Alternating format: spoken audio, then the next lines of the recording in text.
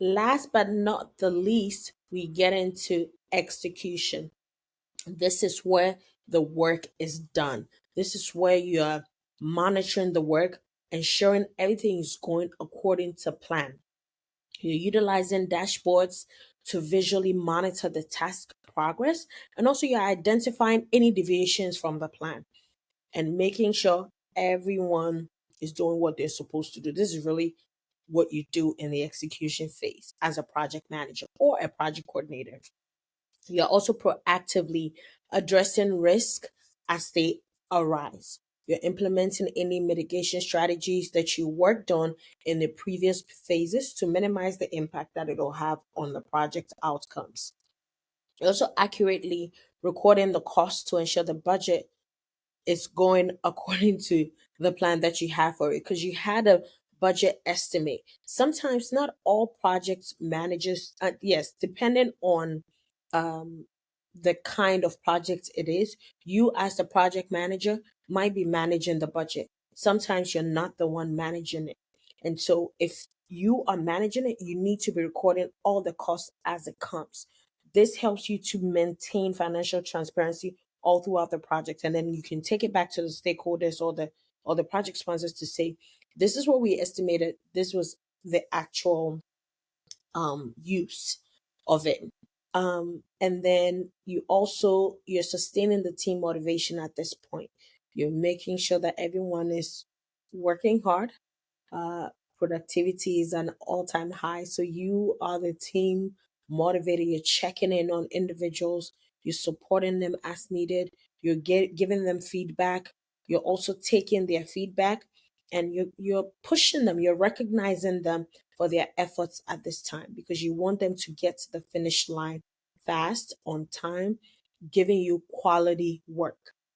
You're also keeping the stakeholders informed of all the project progress. And this is where you use the documents for this phase, which is the status report. The status report, ideally, I always make sure I do a weekly status report. I tend to do it on Fridays, where it's the end of the week. You have a lot of updates.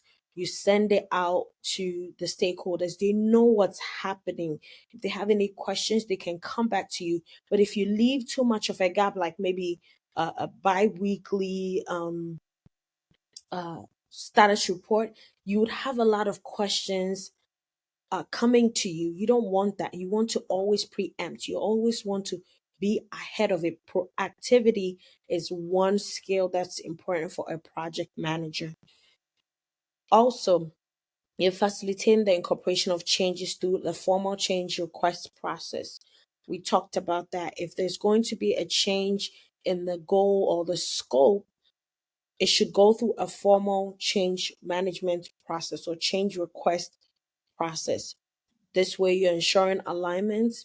You're able to update the project charter, and then take it through the formal process, have it signed, and then incorporate that into the project. Again, I have the status report template available for download. Are you aspiring to enter the world of project management, but you're feeling lost on where to start? Let me guide you through every step of the journey, from crafting a standout resume and finding the perfect roles to mastering interview techniques and negotiating an ideal salary. I've got you covered on all of that. Plus, I'll be sending you job alerts twice every week. I'll also ensure that your LinkedIn profile shines bright, drawing recruiters to you like a magnet. With my expert guidance, you'll be well equipped to excel in the competitive field of project management. So don't wait. Go to www.pathwaystopm.com/coaching today.